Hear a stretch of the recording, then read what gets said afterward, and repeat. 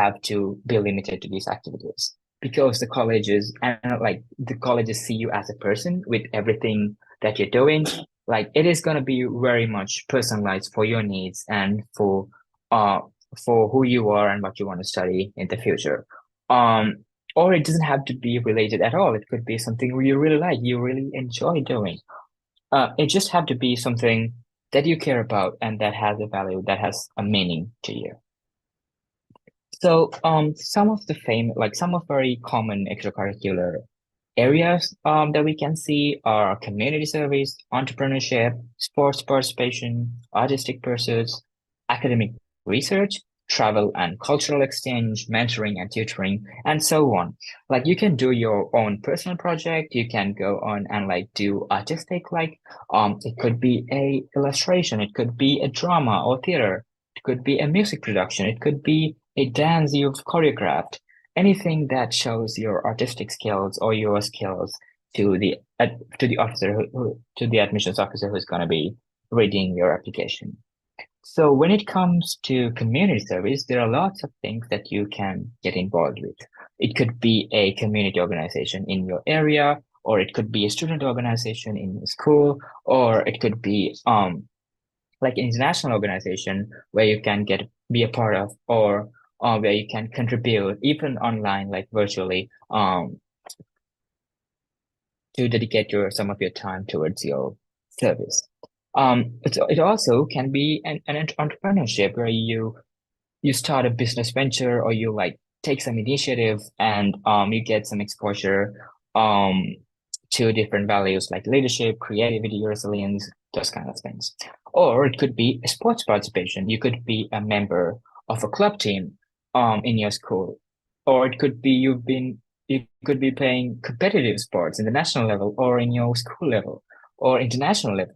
So these different kinds show that you have different abilities and different skills and different qualities that you can bring onto the table to their community. So it's really important to highlight those values within your essays when you're presenting your application yourself to the admissions officer. And again, there are like many different things that you can do. They don't have to be limited to what we present here, but this is just to give you an idea about what are the possible options that you can take. Um, Another very important thing is academic research. So when it comes to these prestigious universities, research is a really critical part of their process. So they want you to be involved in research. Because like most of these universities are research-based universities, um, most, if not all, faculty is involved in some kind of research part-time in the college. So you have a lot of opportunities to get involved with research. And if you can have some exposure or like background experience from doing some research or being a part of some research that's going on, it'll be a good example to show them that you are really interested in enrolling in research and contributing to the scientific, social, or humanities research areas that you're interested in. And that also shows your values like your curiosity, your critical thinking, your integrity, those kinds of things. And it doesn't have to be an academic or a sports related thing. You can take your time off and like travel around the world or travel around the country and explore different cultures because at the end of the day, they really value the cultural background that you bring to their community because it's going to be people from around the world and having a identity and like having seen places is a unique thing that you can show to the admissions officer in your application. Again, another thing is mentoring and tutoring, where you can like do one-on-one lessons, or you can do part-time tutoring or mentorship for people, things like that. Especially if you're a student who finished A levels and you're taking a gap year, this could be something that you can look into to add a little bit of value, more value to your application when you write your essays and submit application. So now we're going into a question to ask yourself, how can I identify your passion? How can you identify your values? What do you want to do? So getting in, we have a question. to ask yourself. Right. So if you guys can go ahead and um I'm gonna show you a link so you can scan and go to the website and you can enter the answers for these questions so we can get an idea what you all think about activities that make you lose track of your time. So I'm gonna go ahead and show you a link to a website and please scan and join in so we can go ahead and do that as well. I'll give you a couple of minutes to scan the QR code or you can enter the URL into the browser as well.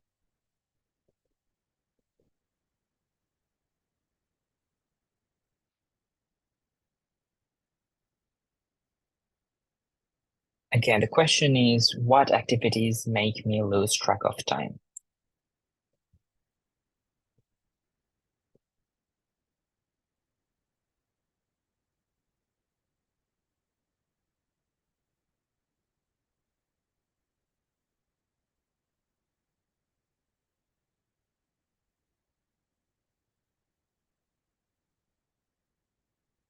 Okay, you guys can go to this website, Hello, sir. slider.com, and enter the code, or you can scan the QR code and enter the poll so we can get some responses. Hello, sir.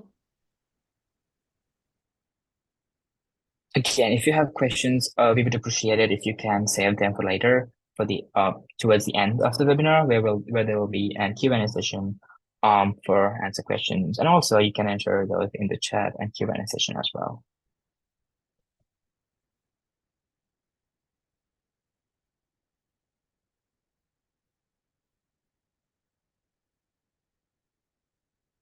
Hello, sir. I am new to this course. From new labs course team, but to this online team. What are we supposed to do? Could you repeat the question?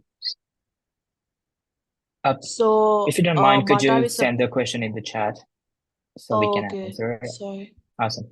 Thank you.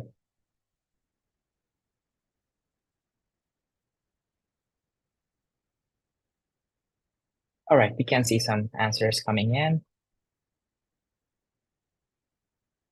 and we'll give another couple minutes for y'all to enter your answers.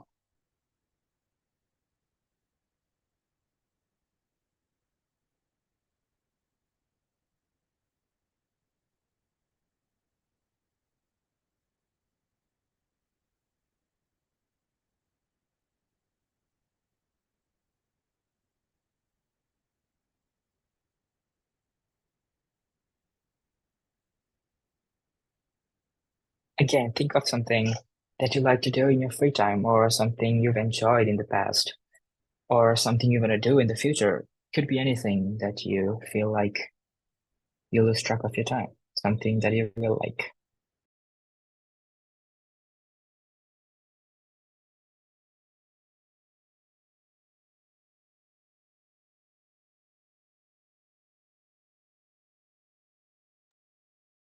Okay, we can see some answers, and I'll go ahead and read some of those.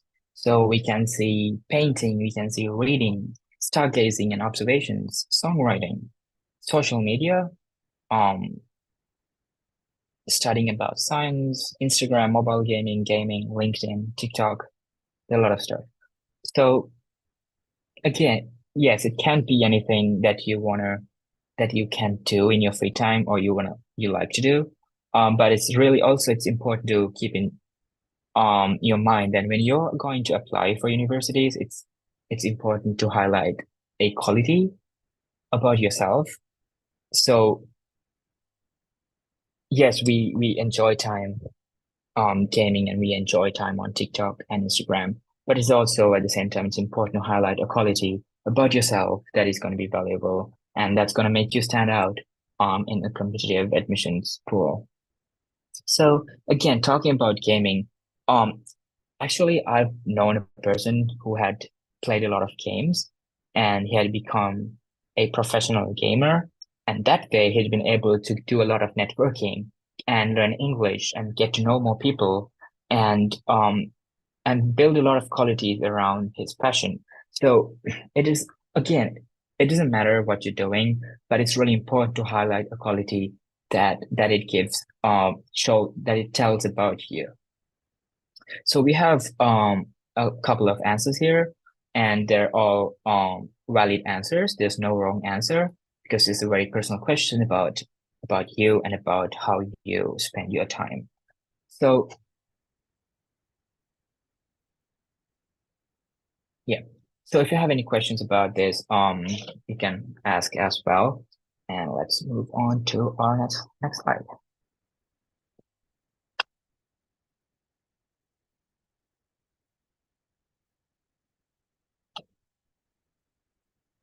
So as you can see, if you're gonna apply in the future, if you're gonna apply for universities in the future, it's really important to take some time and think about what you like to do and get involved in some if you haven't already been involved in.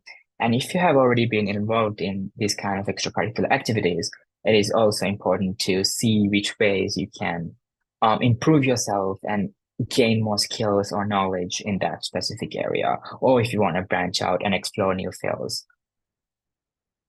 So there are some other questions that we think you can ask yourself to identify a passion or things that you'd like to do, like what activities energize me rather than drain me, or what topics or causes do I constantly find myself talking or thinking about?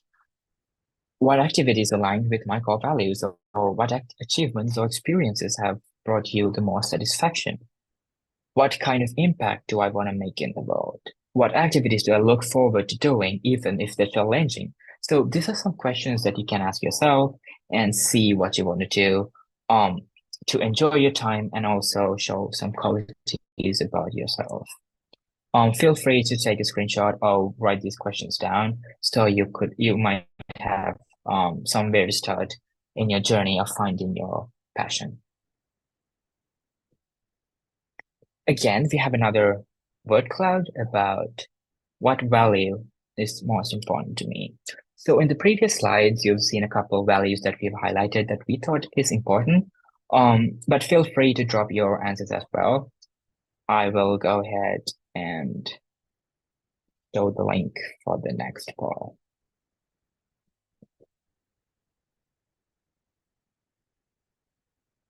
Okay, if you can go back to the same website and enter this code, um, you can enter your answers here. We really appreciate your input to get an idea about what your ideas are and to give you feedback on some of these ideas. So it would be helpful in your application journey.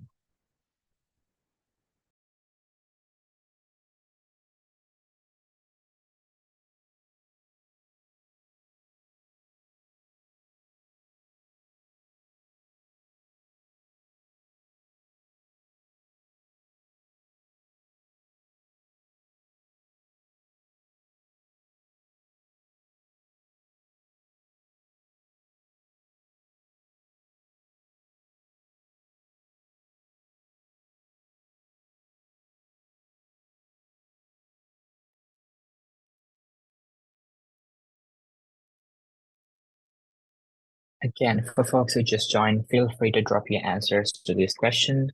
You can see the Sir, QR how do code you on the do screen. this?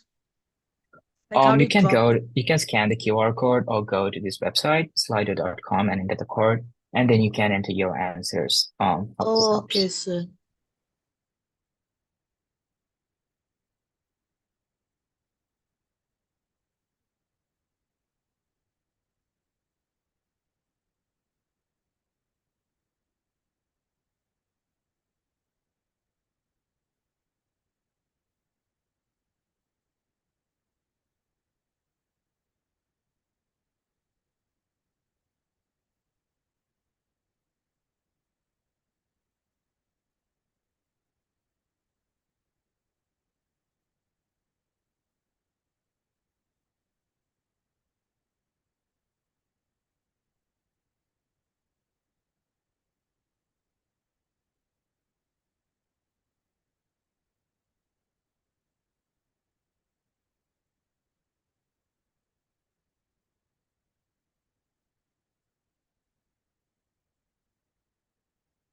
Okay, we can see some good answers here.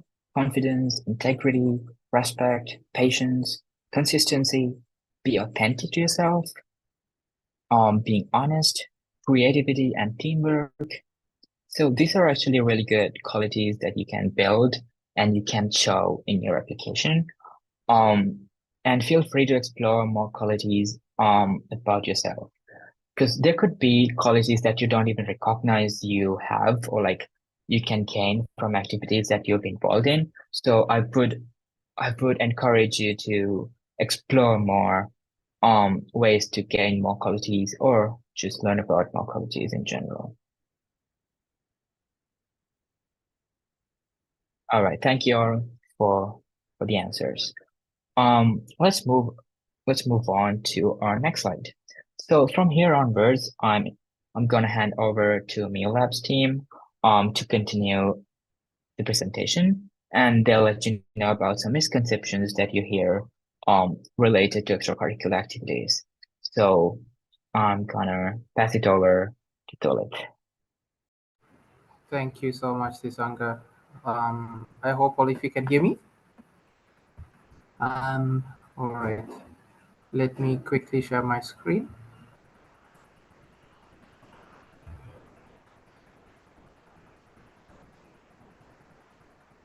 Okay.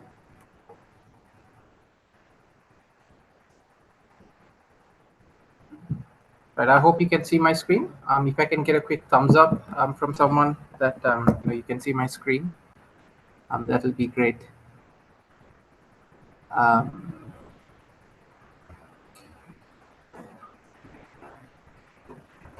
awesome. All right. Thank you.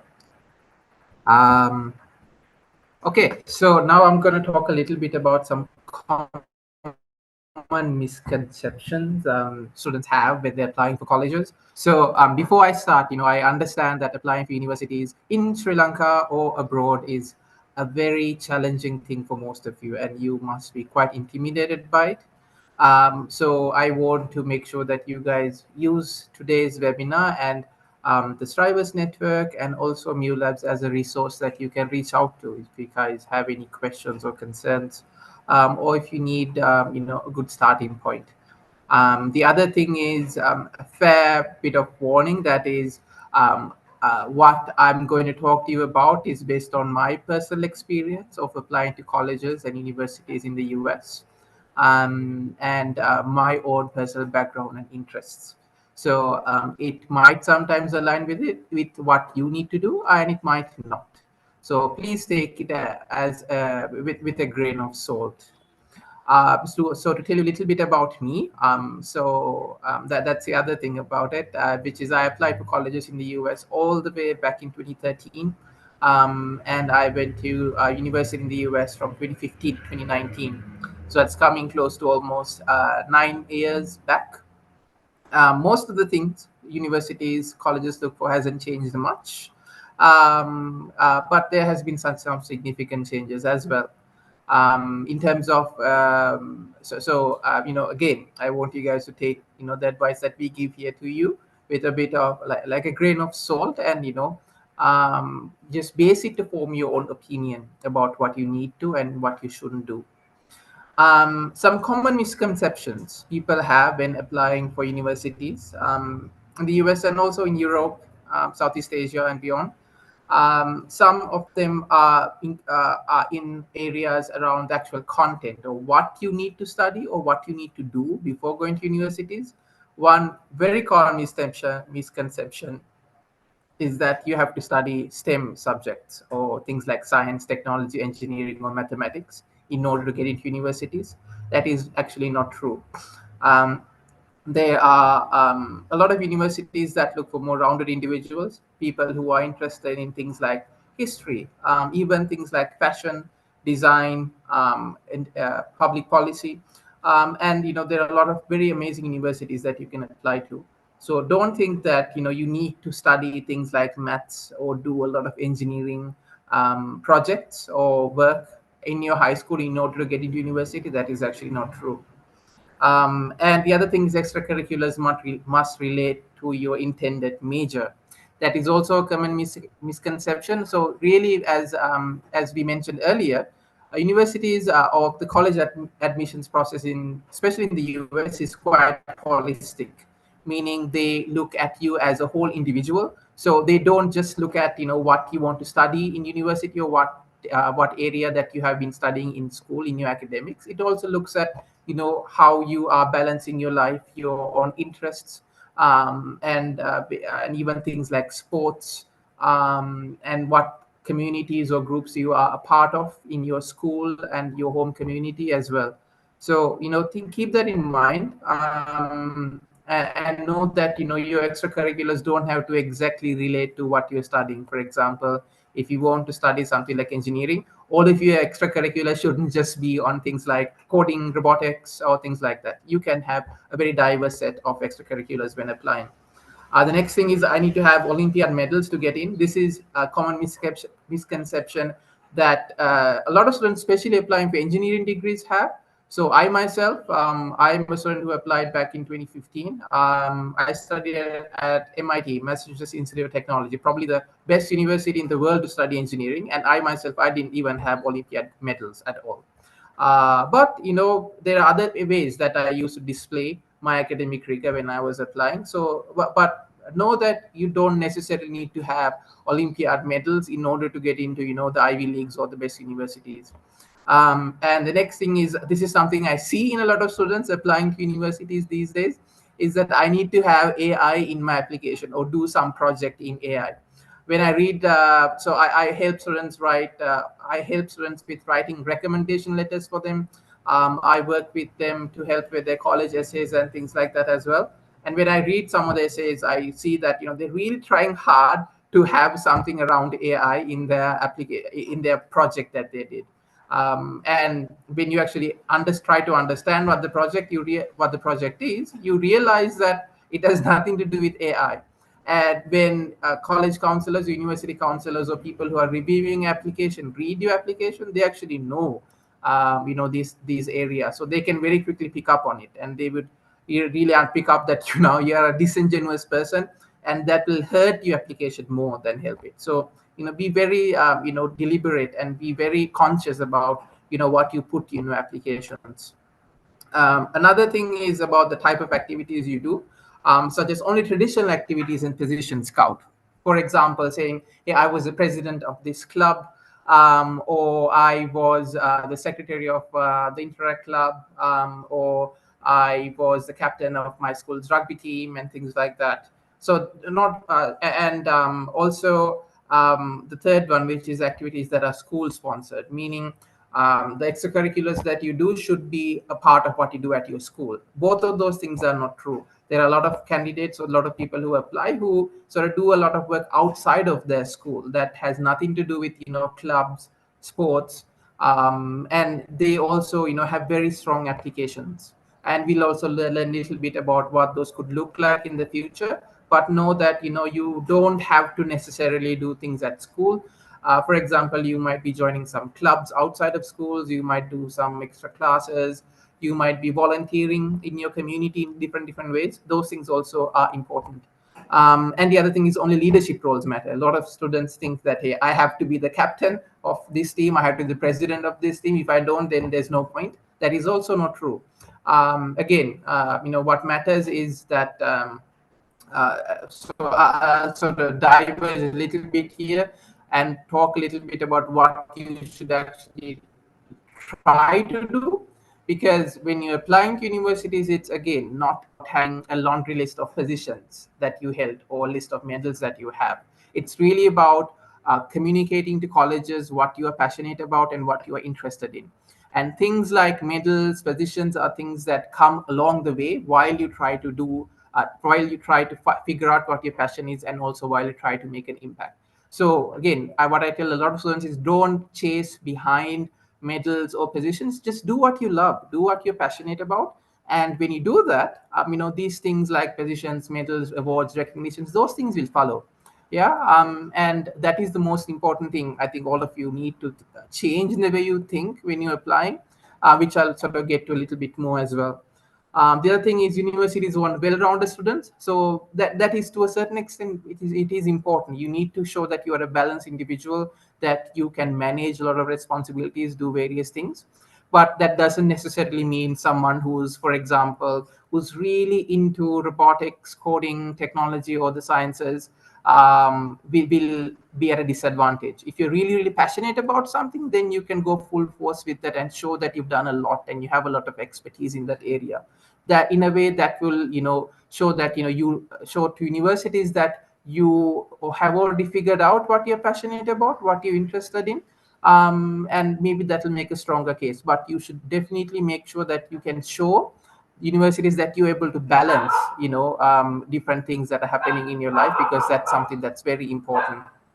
Quantity over quality, again, this is something that I want to mention again. That is, again, you don't have to have a laundry list, like a list of 10 positions that you have held at school. That is something that you don't need to have. All you have to do is think about, what you're passionate about, what you're interested in, and do things that are important and relevant to that. Okay. And then, the other some other things around it is, a late start is disadvantageous. So give me 2 seconds. I think there's some sound coming in my background. Just give me 2 seconds.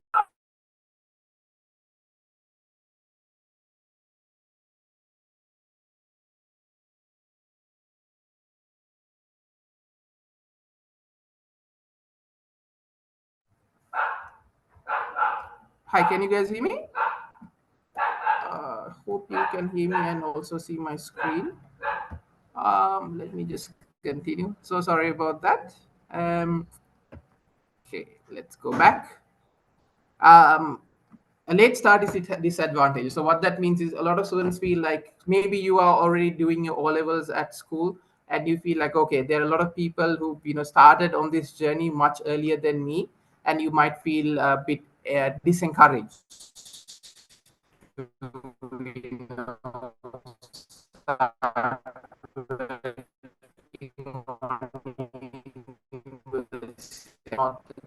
are figuring things out. People in your age are, I always encourage you to, start year of high school. That's completely fine. And the other thing is, activity should be, you need to be perfect in your application. Again, this is I read, in a lot of when I read a lot of students' application, they try to portray a version of themselves that is real, that doesn't have any weaknesses at all. I think, that might also be at a bring, sort of, show that you, lack a lot of skills, or a lot of self-reflection skills. What that means is, you might not understand, what your weaknesses are, because every single person in this world, has weaknesses.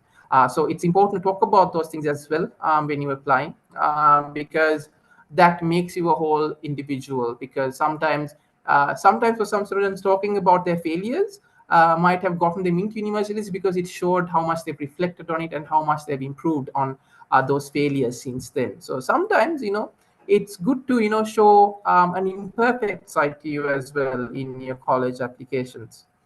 The next thing I see when I read some applications is that students try to include some sort of a sob story in the application, just to, get, so sort of get like an emotional reaction from the college city. I'm not saying that don't add, your sub stories, or issues or problems that you face in your life. I think a lot of people, go through, some massive challenges or massive changes. For example, you might have, had mental health issues because you were separated from your friends during the COVID-19 pandemic, or you might have lost a very close relative to you, in recent times. The important thing is not to just talk about those things to get the attention of the university. The most important thing is for you to show that you have resilience, meaning you were somehow able to persevere through those challenges, and that you were inspired to better yourself or do some. It was a pivotal point in your development that caused you to sort of, grow in a certain area. Yeah, so, don't use, any challenges that you face in life just for the sake of it. mention how you grew from that experience, mention how you became a better individual, or you develop a certain trait. And again, I'll talk some examples to you later on, but I think that's something that we should also think about, that you should also think about. Another thing is I need to have perfect SET or ACT scores when applying. I know a few years back, universities sort of waived this requirement, but some colleges and universities are now coming back and making it mandatory for you to have your SAT scores, especially for the US.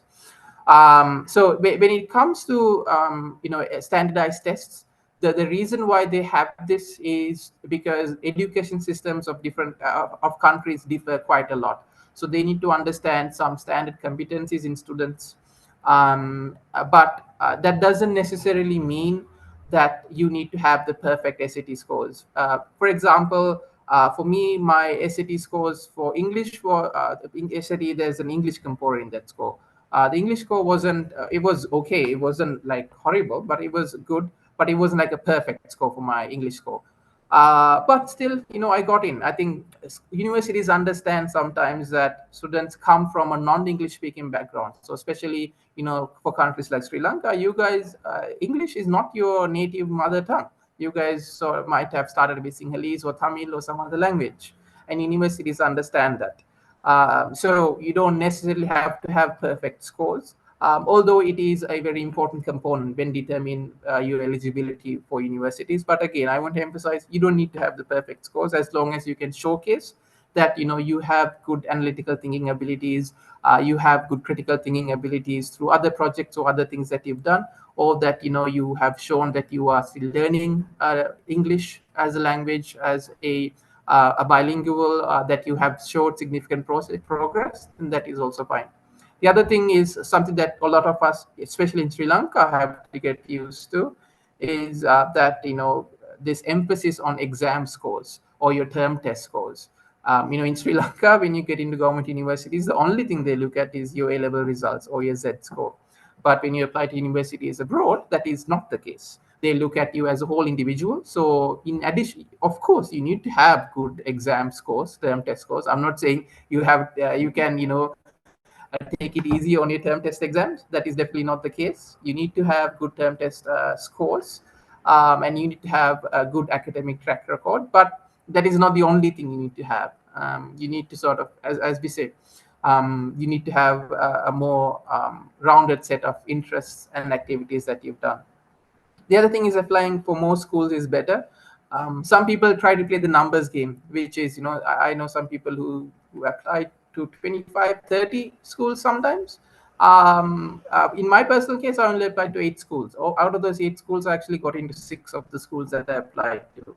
And the fact that because I applied to just so little schools, it allowed me to really focus down on my essays, because some schools ask for specific essays. And in that one, I really try to understand the community, the value of that schools, and sort of tweak my essays, tweak my projects in a way that it appeals to the community and the values the schools and university, those specific universities have. So that is sometimes, you can play the numbers game, but it's always good to give enough attention to each and every single school.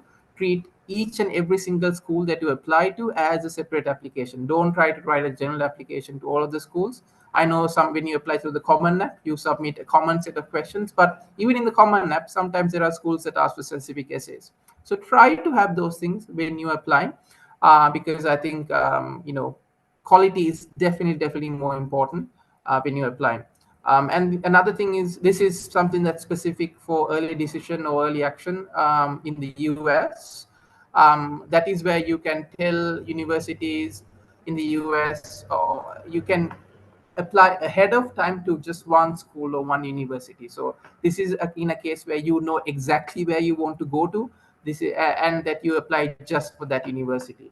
So but just because you do that, it doesn't mean you stand a better chance compared to someone who's applying through like the regular application cycle.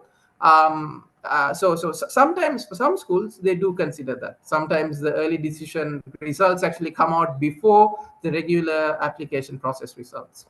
But the other thing is, if you do early action or early decision, if the school accepts you, you have to go there. So there's a bit of a sort of balance that you have to do. um, and so that is in terms of some common misconceptions. Next, I want to talk a little bit about how you can showcase your story, or what you can do to sort of show a strong application that when, or how you can sort of stand out. Again, what I want to emphasize is, when you are in high school, when you are thinking about applying for universities, don't think about the things you do at school, outside of school, as a part of what you do to get into universities. Again, this is a change in your mindset that I think you really need to have, because if you are really passionate about something, whether that's theater, becoming the best playwright in the world, whether you get into university or not, you will get into that place. You just have to keep at it and be passionate about that one thing, and do that to the best of your ability. The requirements you need to have for your college application will fall into that in basically it will come to you. You don't even have to anything to show that, because those things will automatically come when you actually chase your passion, when you are actually working on something that you're passionate about. That's why I think even in this webinar we started by helping you identify what your passion is. So spend some good time thinking about what you're interested in and just chase that, right? And the rest of the things that we talk about will fall into place when you chase your passion, when you work on something that you're passionate and that you're interested in. um, so again, but when you're talking about your college application, when we specifically drill down on that, some things that you need to have, you need to choose meaningful experiences. For example, if there's a student who is really good at mathematics, who has done really amazingly well in their school math exams, and maybe have gone into mathematics olympiads, is a math tutor.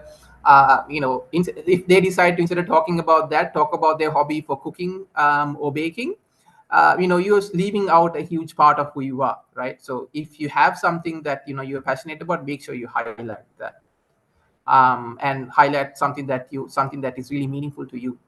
um, and you have to describe roles clearly. That means you have to describe your role in a project very clearly. Most of the times you can include group projects. That is good, but make sure you include what you have done, what value you as an individual has added to that group project. And you can also emphasize leadership and your achievements, but again, that is not a necessary requirement. But if you do have those, make sure that you mention them. Connect to academic and career goals. Again, this is about having a story for yourself. You need to figure out what you're passionate about, and that's the most important thing. The most important thing is not getting into colleges. That will come. The most important thing for you, someone who is at your age, is to figure out what you're passionate about, what you're interested in, and do some things that you are really interested in. Or at least if you don't know what that is, at least explore various things, do a bunch of different things, so that you might actually figure out what you're interested in. The other thing is, you have to also show personal growth, and also your own values. Again, it's not just about saying, hey, I was the president of this club. It's more about, as a president, these were some challenges that I had to face in my year. We had very low members in my club. I only had 5 members, but during my year of presidency, I managed to grow my club's members from 5 to 50. And you can talk about what weaknesses you had and how you had to overcome them in order to do this. For example, you didn't know how to go and talk to students, how to run campaigns in the school to attract students or organize days, and you had to actually challenge yourself and grow a lot in order to do that. So talking about those things are the most important thing. And use specific examples and outcomes. And again, as I said in the earlier one, be very specific. Talk about outcomes. You grew the club membership from 5 to 50. That's a very specific number, right? Or for example, you work with 60 kids through a free tutoring program across 6 months, and 90% of the 60 kids actually pass their O-level examination, something like that, where you give exact numbers to show that you have achieved some outcomes. And again, highlighting challenges and resilience. I think this is something that I mentioned a lot. If you had gone through challenges and you had to be someone who's really resilient, try to showcase that in your application. And also reflect about learning and impact. It's not always about you as individual growing. Sometimes it's also important for you to do something to your community, to the people around you. So if you have done those sort of things, make sure you highlight those things in your application as well. Next up, I want to talk a little bit about some students that I've worked with. Of course, I've anonymized them, so these are not their real names, but the real people who I've worked with, who show a lot of potential, and I want to give them a specific example so that you know how you can approach this process. But again, I want to emphasize this: these students don't do the things they are doing so that they want to get into university. These students do the things they do because they are passionate about it, because they're interested in that, and because of that, they really excel in that area. They do really well, and for them, getting into university or not, that doesn't matter. They are pursuing their passions and their interests. Rewards like becoming the president of this, that, rewards like getting medals, rewards like getting recognition, or rewards like getting in university will come along the way. Again, that's something that I really want to emphasize. So for example, it's a Zain. Zain is a teacher or a mentor. He's someone who is really academically gifted with all A's for his exams, and his passion for mathematics got him a mathematics Olympiad medal as well. He also got introduced to a children's home as a part of his President Scouts project to provide meals for these students for a day. But while he was at this project, he got so close to the students at that children's home, that he decided to work with the O-level students in this children's home for 6 months and teach them mathematics once a day every week. But he sort of studied in English medium at school, so he didn't know the Sinhalese terms, so some of the things you teach in mathematics. So he had to actually learn the O-level mathematics syllabus in Sinhala from scratch again. And he sort of had to work very closely with the students, and as a result of his teachings, all the students in the children's home actually passed their mathematics exam for their O-levels. Another story about Dinara. So Dinara is a girl of resilience. Dinara's father passed away due to cancer 3 months before her O-level exam, and during her entire grade 11, she was actually at the hospital with her father for his treatments. Despite this, she got all 9 A's for her O-levels and also decided to study in the biology stream. During this very difficult time period, she had to deal with a lot of mental health issues, obviously due to this problem. But after overcoming this, she was really inspired to learn more about mental health, psychiatry, and psychology. And she delved really deep into this area and even got a diploma in psychology after finishing her O levels. And she wants to be a psychologist when she grows up or when she goes to university and beyond. Tara, again, this is not someone from Sri Lanka, but she is an activist. And while she's at high school, she traveled across Europe with fossil fuel divestment campaigns. So fossil fuel divestment is basically, getting companies, organizations to not use fossil fuels and switch to renewable energy technology, renewable energy sources. And she sort of worked with these divestment groups, so they go and campaign and protest in streets and asking companies to actually divest away from fossil fuels. And she followed along with these campaign groups, and occupation groups to encourage companies and communities to divest from fossil fuels. And in high school, she decided to create her own curriculum, which allowed her to learn things like that she's passionate about, like civic advocacy, empowerment, peaceful protesting, demonstrations, policy, and green technologies, so that she can really dive into what she's passionate about and learn that at school, and also use that for the work that she's doing. She's also using her platform to raise funds for local advocacy groups, which she is actively working with. So these were three stories about three different people. If you and what I want you guys to take away from these three students is not that, hey, I need to have an Olympiad medal, I need to have a diploma, or I need to have a fundraising campaign in order to get into universities. Again, I want you to understand it from the student's perspective. For example, Zain is really passionate about mathematics and teaching. and that prompted him to sort of do all of these things that he has done. And what shown through is his passion for this area. In Dinara's case, she had to overcome a big challenge, but she didn't make it the focal point of her application. What she did was she showed how she had to overcome this massive challenge in her life, but also used it as a source of inspiration to actually develop her own interest in psychology, mental health, and things like that. And for example, Tara, she's someone who knows exactly what she wants to do and doesn't even care about what she learns at high school. She wants to study the things that she wants to study, and she doesn't even want to go to university.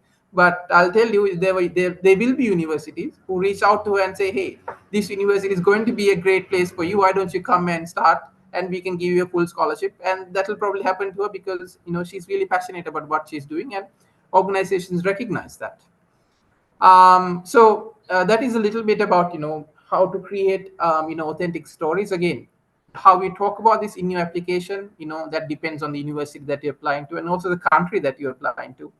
But I want you guys to sort of, I gave these examples so that you understand what it takes to sort of go through this application process. But most importantly, I hope, regardless of going to university or not, I hope this inspired you guys, because you have an idea of what people around your similar age is also doing, and that this inspires you to seek your own passion and or your own interests.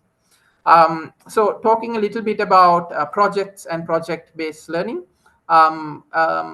Projects are actually one of the best ways for you to actually showcase your interest and your passion. And as you can see, a lot of the students, they have done a lot of projects. They have done, for example, Zain has done a project with working with the children's home, feeding them and also designing his own curriculum and program. Dinara has made it her project to sort of get her own diploma. Tara, she actually did a project where she built her own fundraising platform to raise funds for these advocacy groups and things like that. And projects are, as I say, an amazing way for you to showcase what you're interested in. So, and also to apply what you know to actually solve problems in your communities.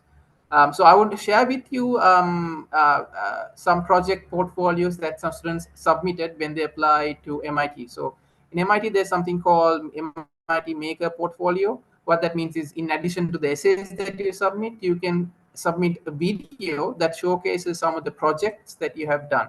As you know, MIT is a place that's very engineering focused, that is focused on technology, technical skills, and things like that. So again, this is not something I'm encouraging all of you to do. I'm just trying to show you the extent to which you have to sort of work on in an area that you're passionate about. If you are interested in something like theater, maybe the kind of project you will do there is different to this. But after watching this, I hope you'll have a better idea of the extent to which you have to sort of hone your projects and sort of develop your own portfolio. So let me just play these videos. Um,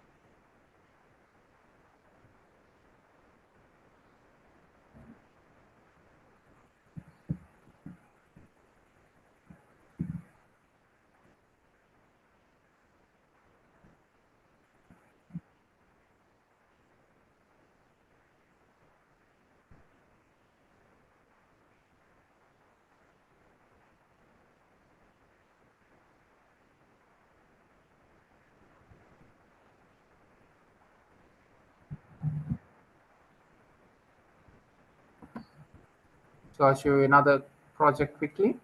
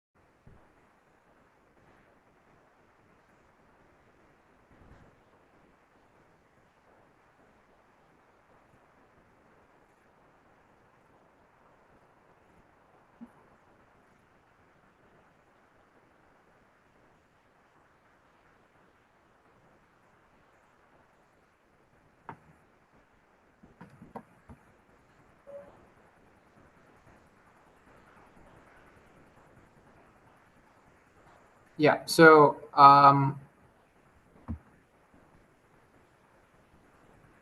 as you could see from those two videos, especially with Aaron's video that you show at the end, Aaron was the captain of the school's robotics team, but that wasn't the focus of his application, right? His focus was actually what he did as a part of being in that team.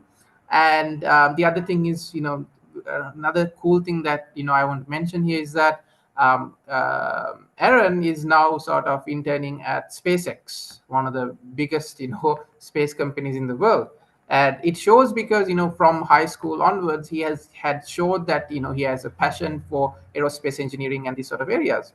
And the other thing is that how focused he was, because unlike Anand, Aaron in his one, um, uh, I hope you guys can hear me. Hello, just if you have any connection issues. Um, 1 second. Just give me 2 seconds. Can you guys hear me?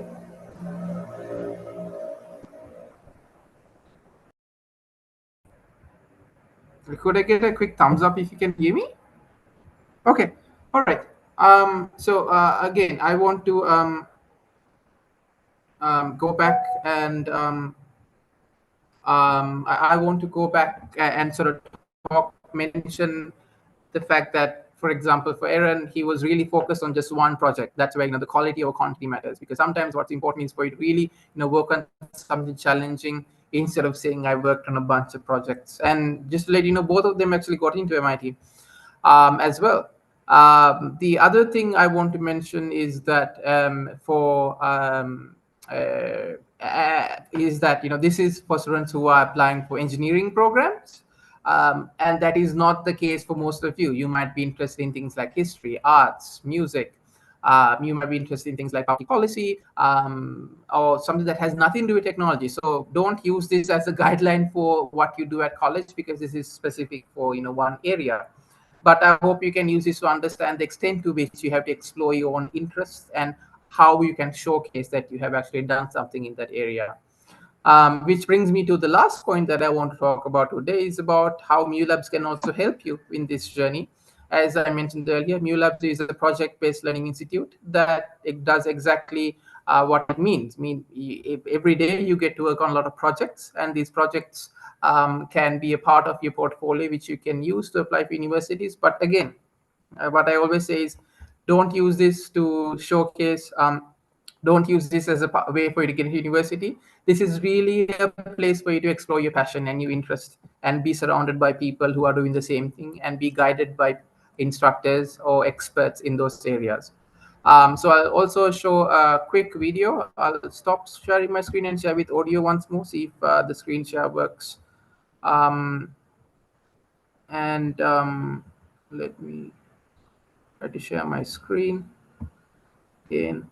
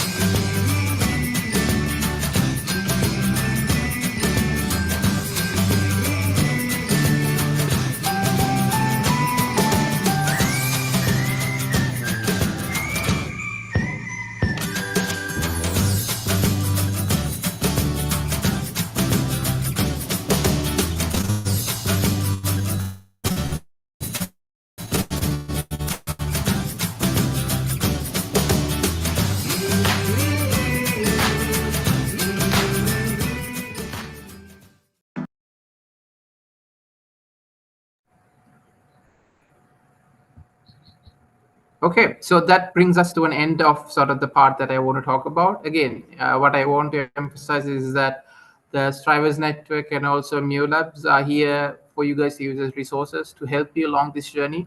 I know a lot of you might feel quite intimidated by a lot of the things that we talked about, but just know that, take it one step at a time, and sort of know that we are here to help you guys throughout this journey and process.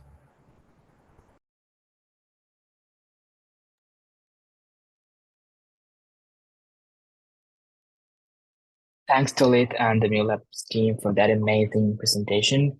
I'm sure you guys got to know a lot of new things about the extracurriculars and different perspectives about what you can do with them and how to approach extracurriculars, not as just a component for your application, but as a way to get to know your passion more and to enjoy your time and the things you do.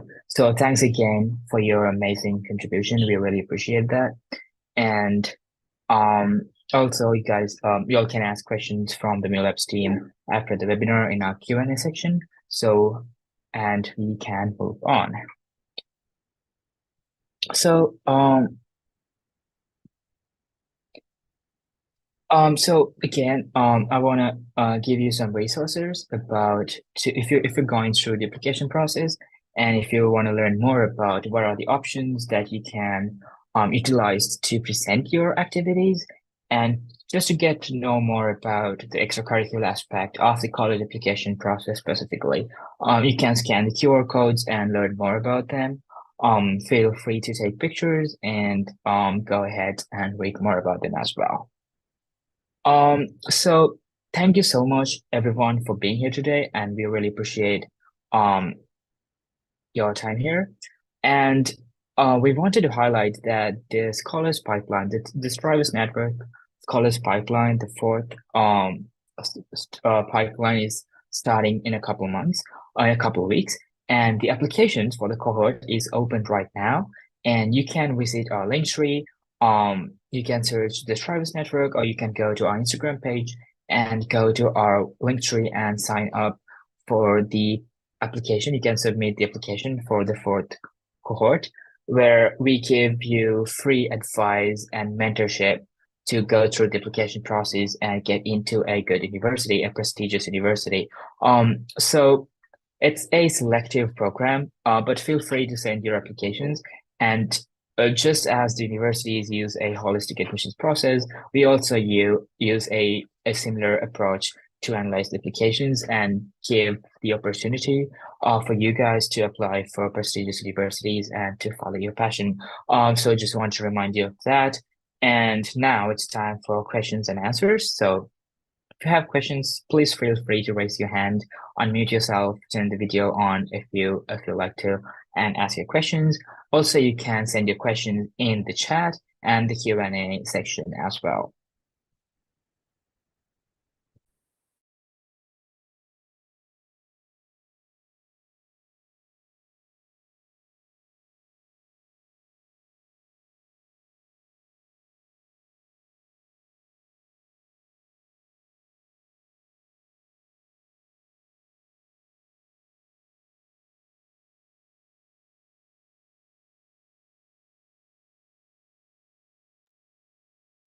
I'll answer some questions in the Q&A section. Um, Someone asked, is it required to have international or national awards to get selected to Ivy League colleges? So again, as we told, it the special like the colleges um go through your application and see you as a whole person rather than just looking at your awards or achievements or your test scores. So while it could be beneficial to have some awards, but it wouldn't necessarily hurt your chances by not having awards, national or international. So again, it's a very it comes down to what you want to do and what you have done in the past and where your passion lies. So so the simple answer is no, it is not required to have any international or national awards, but it would be beneficial to have some if you have some. And then we have a question about can you please elaborate more on research? So when it comes to research, it's a bit it's a bit trick question actually, because it's in a way it's really somewhat hard to find research opportunities in Sri Lanka, especially with like national universities and everything. But there are like organizations that help students get involved in research and get hands-on experience. And as Tulit said, Ameo Labs is an amazing opportunity for you guys to get hands-on experience on project-based learning and to gain more skills. So you can do your research and see which options you have to engage in academic research. And it comes down to you reaching out to professors and faculty at different universities and making that connection and getting involved like that. If we have more information, we'll make sure to share with you guys on our Instagram page and through our social media platforms. Um, yes, but it comes down for you discovering the opportunities that you have.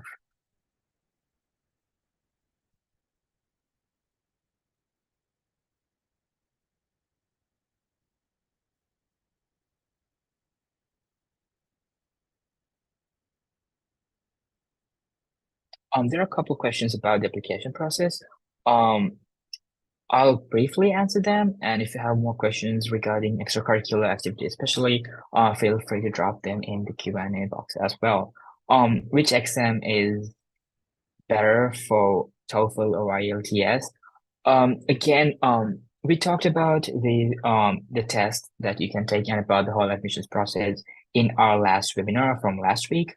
You can head on to the Travis Network YouTube page and you can check out the video there where we explained like a lot of things about the application process and how to approach different sections of the application. Also, we invite you to go watch that video to find um like much more descriptive answers for that um over there.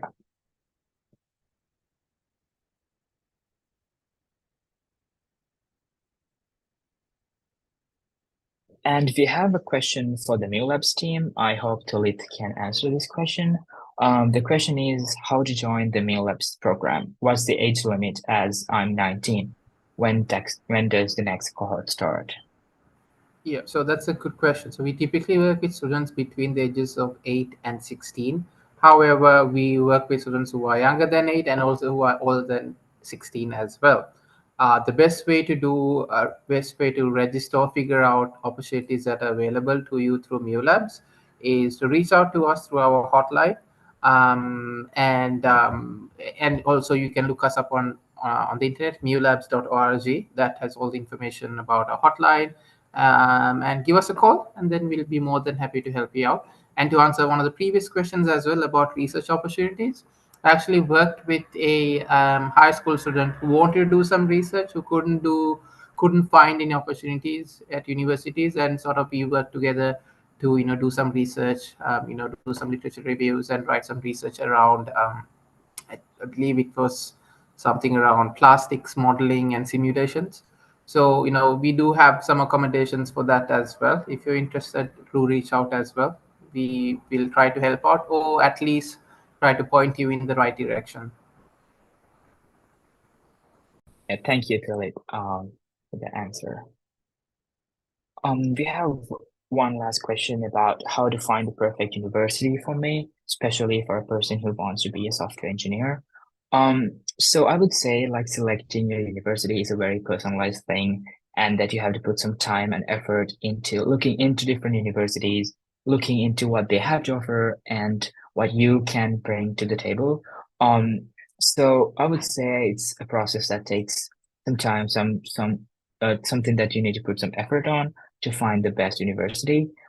So again, like we have more information regarding this question on our last webinar as well. So I would think it'll be good to go and watch the video so you can get an idea about like how to approach different colleges and where to reach out to get more and like, ask more questions and get to know colleges better.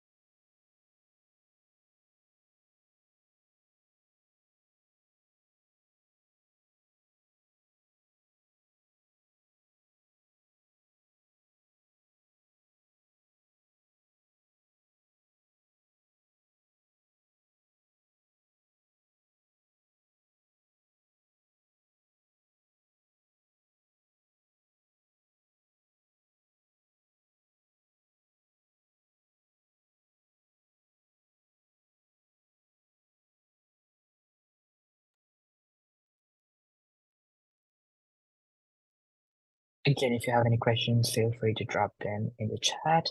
And if you have more questions, you can always reach out to the Strivers Network. You can go to our Instagram page, our social media platforms, and reach out to us, and we'll try our best to answer your questions. And also, if you have questions regarding project-based learning and getting involved in hands-on experiences, you can reach out to the New Labs team. Um, you can reach out to them on their website. You can go visit the website, and you can get in touch with them as well. And thank you all so much for being here today, and taking your time to learn more about the extracurricular project. Just so sorry to butt in. Yeah. We had I forgot about the feedback form. We had a feedback form for the webinar. Ask them. Shall we ask them to sort of fill that up as well before going? Yes, definitely. So guys, there's a feedback form that we would like to have your input on. So we'll share the link on the chat and feel free to please go ahead and enter your feedback there as well. We really appreciate that.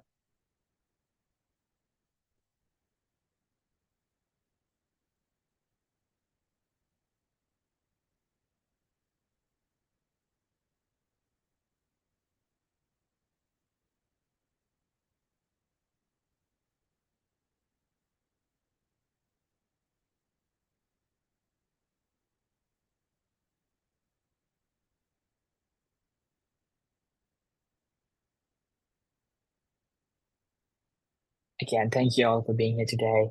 And if you need any more, if you need to know more about the whole process, you can follow our socials where we share more information regarding the process. And if you need to, um, some people request they need to see the links again, so I'll leave it here so you can take a picture.